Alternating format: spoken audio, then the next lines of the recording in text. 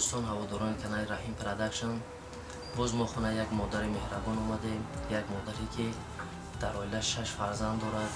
یک خشتامانش هم همراهش است.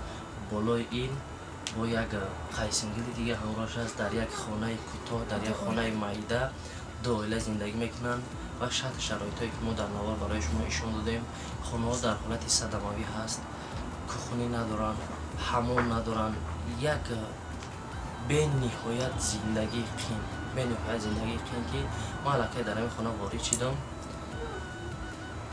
یک غم اندو در درون دل من جا گرفت که به نهایت این فرزندای نازنین، این مادر و مادر کلان نازنین در این خانه در یک شرایطی قین به نهایت وزمین است. و این دو نفر کودک که میبینید که ما در نوار گرفتیم، این هم فرزندای میباشد که با بیماری دچار هستند. این هم کاغذهای دکتری که هر ماه برای اینها یک مبلغ معین داده می شود. و میگذاریم سوال نوبتی با مادر عزیز که چه زندگی داره برای شما با قصه میکند. سلام علیکم مادر جان. و چی گفتنید به کلی نفرانی که این لحظه شما را تماشا دارند؟ اگر امکانیت باشد اقلا یاردمشون دریغ ندانسته یاردم کنند با خیلی خرسند میشیم، شاد میشیم. منم یک دیلم بیمار است، دارو کلقتی مثلا میگردم، خیلی یاردم میکنن اکا و دودرون ایدو با مثلا پرودکترها چی بای میکنن و بوایم مثلا زندگی دارن، فرزند دارن، اویله دارن، مثل ای رزقشون زده یاردم میکنن. با بغض ای اکا و برادر هست یکون نفرانی سخوات پیشه که یکون وقتای مثال بیان یکون چی یاردم کنه، یکون دستگیر کنه، هم خیلی چیزو برای شما شدگی است؟ همیشه تو وقتای ایدو با میبیرند خیلی چند مثلا یکون وقتی میشه که مثال همه جیانای ما یکون چیزی با مزهشون میخوره، یکون چیزایی که میخورشون که بخورن مثال همون چیزا تامین کردن بتونه یا خینه مثال نمیشه. خیلی کودک مثال یک کس در دستش یک چیزا میبینه مثال خواهش میکنه، یک کودک همسایه میدره مثال.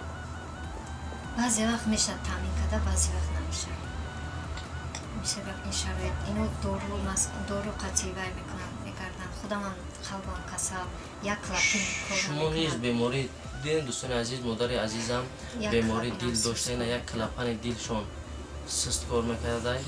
اگر امکانیت باشد با مادر عزیز با این فرزندای نازنینی که باید در سن سال اینها یا بخرم بازی کنم بگردن همه شرایط تامین باشه. افسوس زندگی یک از دور یک از نه. از همه شما احترام خوش میکنم کسانی که دستشون میرسه با این مادر عزیز، با این طفلای نازنین، با این خانه که در سلامه است دستگیری کنید، یاردم کنید. انشاءالله که در این عید سعید قربان من باوری دارم که الله مهربان با درگاهش این خیرهای شما را قبول میکند و دستگیری شما پیشروی زندگی این مادر عزیز می شود، این فرزندای نازنین می شود و بهترین خیر در این عید سعید قربان می شود. دوستان عزیز، هر یک کدام شما من بدانم مردم غریب، مردمی که شما نیز خودتون در دوران عذاب هستین در این وبای عصر با نیز دستگیری رو فراموش نمیکنین. از همه شما میندار هستم و اخیران تمنیت شما با کلی نفرانی که با شما دستگیری میکنن مادر جان.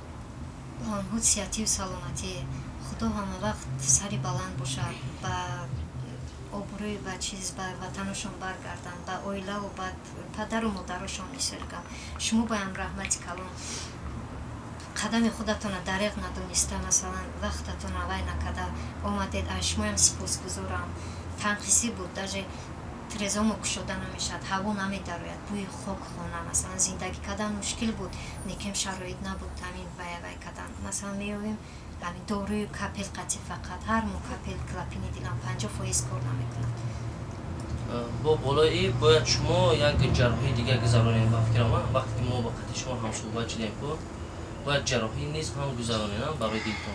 برای دل خیلی شرایط نیست، شرایط مبلغ نیست برای خودم. مثلا جای من این آشخانه مثلا شما دیده در حقیقتا مثلا نیست، اتوبوس و وانای کودک و وایشون خیلی یاردم میکنن. مثلا اکل دادرو مثلا پرودکت یگان چی میبرن، نیکم یک طرف زیق میشم که رزق کودکشون میبرد و یا زندگی دارم زندگی دارم میشه وای پرشکسته و گفته خیلی هوایو بهم رحمت. خدا همه وقت سرشون در کوچهشون به خور ندارد، کدامی که یاردمشون میکنن دریغ میدارن، میشه که به اونها هم رحمت کلام میگن یا اینکه мешавад ки ягон кас замин ё ягон хона вай мекунанд минатдорӣ мекунанд.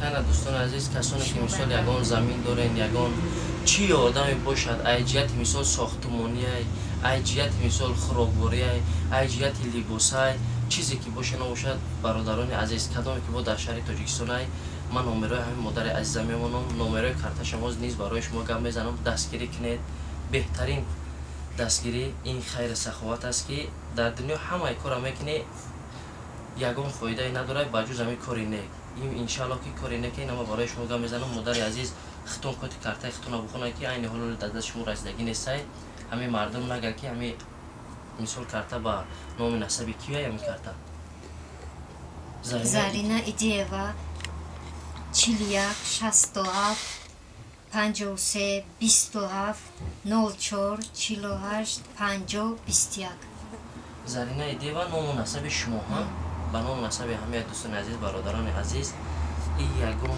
جایی که مثال مثل اکثریت میگه که شما برای خودتون کار میکنین یک بار شما بیاین حال همین نفران ببینید خیلی یک از نیست چندین آدمای با خدا قسم کسی که ایسری پول همین میخره او پولای تمام جوش می برای دوستان عزیز فقط چی کمک میشه برای این مادر عزیز از برای الله نه از برای ما از برای این قدر که نیم کودکای نازنین در همین جا سیر گشت کنند یک چیزی با مزه بخورند در پیش فرزند پدر و مادرشون باشن که الکی مادر ببینه که بچه خلقلدگی عذاب زندگی هزار آمد به هر یک شما که برای دستگیریتون و مینداری خود رو به هر یک شما میرسونم. مادر جان شما یگان چیزی گفتنی هستی؟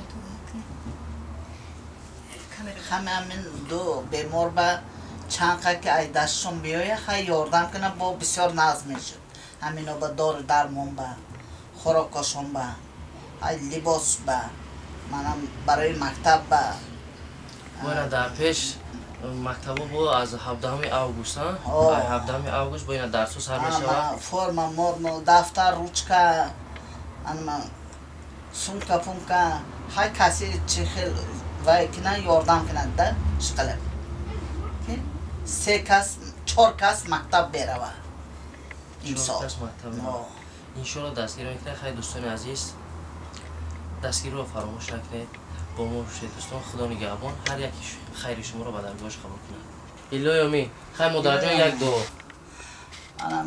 کسلی ها همه وقت گم شود یعنی کردم خیلی که اومد همین راه کتی برامده رود دنیا تین شود همه بانسادم برامده صحت سلامت بگردد و همه توی تماشا کنه ادگرده کنه غریبی بودگی های همه صاف سلامت بگردد خونش